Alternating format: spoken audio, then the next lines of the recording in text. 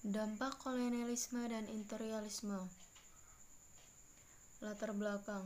Setelah VOC dibubarkan, terjadilah perubahan penting dalam sistem pemerintahan di tanah Hindia Belanda. Perubahan sistem pemerintah ini terutama dilakukan oleh Daendels.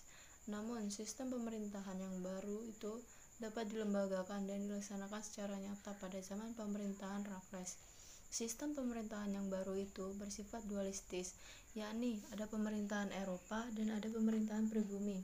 Di samping itu, sebenarnya ada kelompok timur asing dan kedudukannya setara dengan pribumi. Dalam hal ini, para pangeran praja dipresentasikan dalam pemerintah pribumi. Rumusan masalah.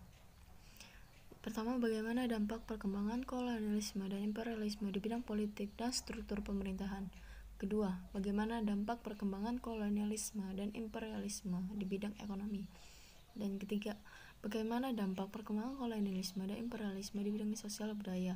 Keempat, bagaimana dampak perkembangan kolonialisme dan imperialisme di bidang pendidikan. Dampak perkembangan kolonialisme dan imperialisme di bidang politik dan struktur pemerintahan. Dalam bidang politik, para penguasa penjajah barat, terutama Belanda, melakukan kebijakan yang sangat ketat dan cenderung menindas. Pemerintah kolonial menjalankan politik memecah belah atau divide et impera.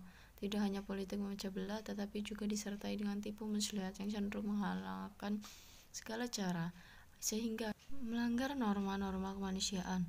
Misalnya, pura-pura mengajak perundingan damai tetapi malah ditangkap, pura-pura diajak berunding tetapi malah dibunuh.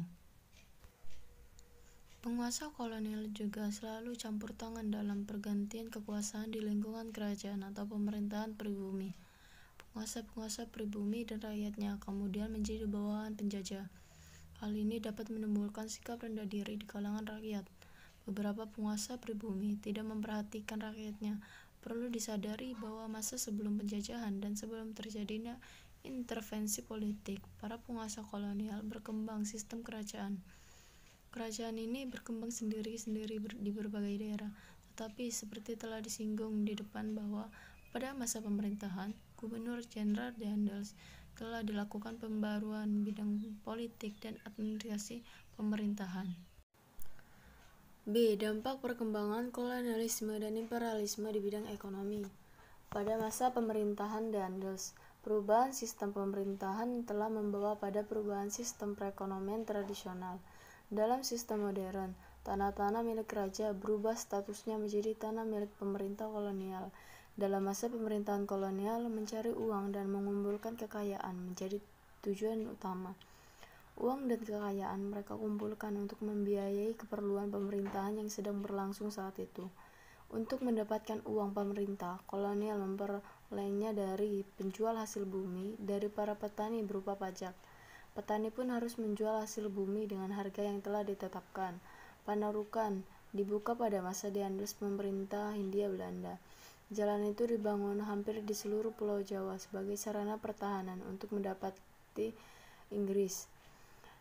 Jalan yang dibangun itu menembus sebagian hutan dan gunung untuk menghindari rawa-rawa antara Jakarta dan Cirebon. Pembangunan jalan itu terkait dengan masalah politik yang sedang menimpa pemerintahan, seperti masalah keuangan, ancaman Inggris, pemberontakan Banten dan Cirebon, serta banyak musuh-musuh Daendels. Perdagangan bebas pun mulai dilakukan dalam kaitannya dengan ini. Bila perdagangan bebas dilakukan, maka kemakmuran rakyat akan tumbuh dengan sendirinya. Sejak itulah, sistem kegiatan ekonomi uang di desa-desa Jawa dan daerah lain di Hindia Belanda yang telah lama dikenal, dan sistem ekonomi swadaya berubah menjadi sistem ekonomi komersial. Setelah pemerintahan Raffles berakhir, diganti dengan pemerintahan Hindia Belanda, ekonomi uang terus berkembang, dan kegiatan perdagangan pun semakin luas. Perkembangan ini didukung oleh perkembangan di bidang perbankan. Sejak tahun 1828 era perbankan modern masuk ke Hindia Belanda. Pada masa itu, De Javase Bank didirikan di Batavia pada tanggal 24 Januari 1828. Salah satu dampak kolonialisme dan imperialisme di bidang ekonomi yaitu munculnya kongsi dagang yang memonopolikan perekonomian. Fungsi dagangan tersebut adalah FOC yang memberikan dampak seperti FOC menguasai komoditi Eropa yang sesuai dengan permintaan pasar di Eropa. Munculnya sistem ekonomi kapasitas dan tantangan agraria Indonesia langsung pada masa politik pintu terbuka.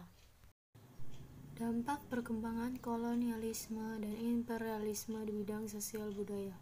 Penjajahan bangsa Barat di Indonesia secara tegas telah menerapkan kehidupan yang diskriminatif. Orang-orang Barat memandang bahwa mereka yang berkulit putih sebagai kelompok yang kelas 1, kaum Timur Asing sebagai kelas 2, dan kaum pribumi dipandang sebagai masyarakat kelas 3. Kelas yang paling rendah. Hal ini membawa konsekuensi bahwa budayanya juga dipandang paling rendah.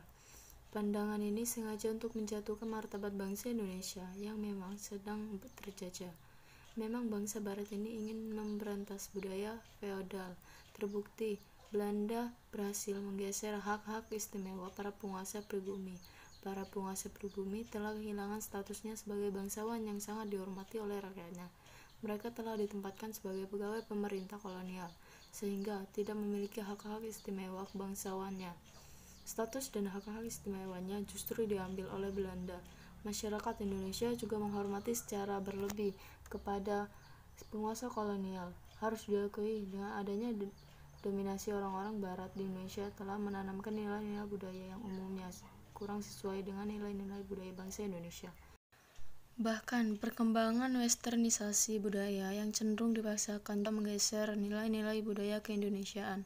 Semangat persatuan hidup dalam suasana kekerabatan, nilai-nilai gotong royong, nilai-nilai santunan, unggah-ungguh atau budi pekerti luhur yang dikembangkan di lingkungan karatan yang juga ditiru oleh masyarakat mulai bergeser. Bahkan yang menyedihkan, dengan alasan modernisasi, para penguasa Barat tidak mau tahu tentang tradisi atau norma-norma, termasuk nilai halal dan haram dalam Islam, misalnya dengan budaya minum minuman keras. Berangkat dari dansa kemudian mengarah kepada pergaulan laki-laki dan perempuan yang cenderung tanpa batas. Oleh karena itu, di lingkungan masyarakat beragama Islam, kaum kolonial yang menjajah Indonesia dikatakan sebagai orang-orang kafir. Dampak perkembangan kolonialisme dan imperialisme di bidang pendidikan. Awal abad ke-20, politik kolonial memasuki babak baru. Dimulailah era politik etis yang dipimpin oleh Menteri Jajahan Alexander W.F. Edinburgh, yang kemudian menjadi Gubernur Jenderal Hindia Belanda pada tahun 1909 sampai 1916. Ada 3 program politik etis, yaitu irigasi, edukasi, dan transmigrasi. Adanya politik etis membawa pengaruh besar terhadap perubahan arah kebijakan politik negeri Belanda atas negeri jajahan. Pada era itu pula muncul simbol baru, yaitu kemajuan. Dunia mulai bergerak dan berbagai kehidupan pun mulai mengalami perubahan. Pembangunan infrastruktur mulai diperhatikan dengan adanya jalur kereta api Jawa Madura. Di Batavia, lambang kemajuan ditunjukkan dengan adanya tram listrik yang mulai beroperasi pada awal masa itu. Dalam bidang pertanian, pemerintah kolonial memberikan perhatiannya pada bidang pemenuhan kebutuhan pangan dengan membangun irigasi. Di samping itu, pemerintah juga melakukan emigrasi sebagai tenaga kerja murah di perkebunan daerah di Sumatera. Hal yang sangat penting untuk mendukung simbol kemajuan itu, maka dalam era politik etis dikembangkan program pendidikan. Pendidikan ini ternyata tidak hanya untuk orang-orang Belanda, tetapi juga diperuntukkan kepada kaum pribumi, tetapi dengan persyaratan-persyaratan tertentu. Suasana dan simbol kemajuan mulai program pendidikan ini juga didukung oleh adanya surat R.A. Kartini kepada sahabatnya My R.M. Abendanon di Belanda, yang merupakan inspirasi bagi kaum etis pada saat itu. Semangat era etis adalah kemajuan menuju modernitas. Peluasan pendidikan gaya barat adalah tanda resmi dari bentuk politik etis itu.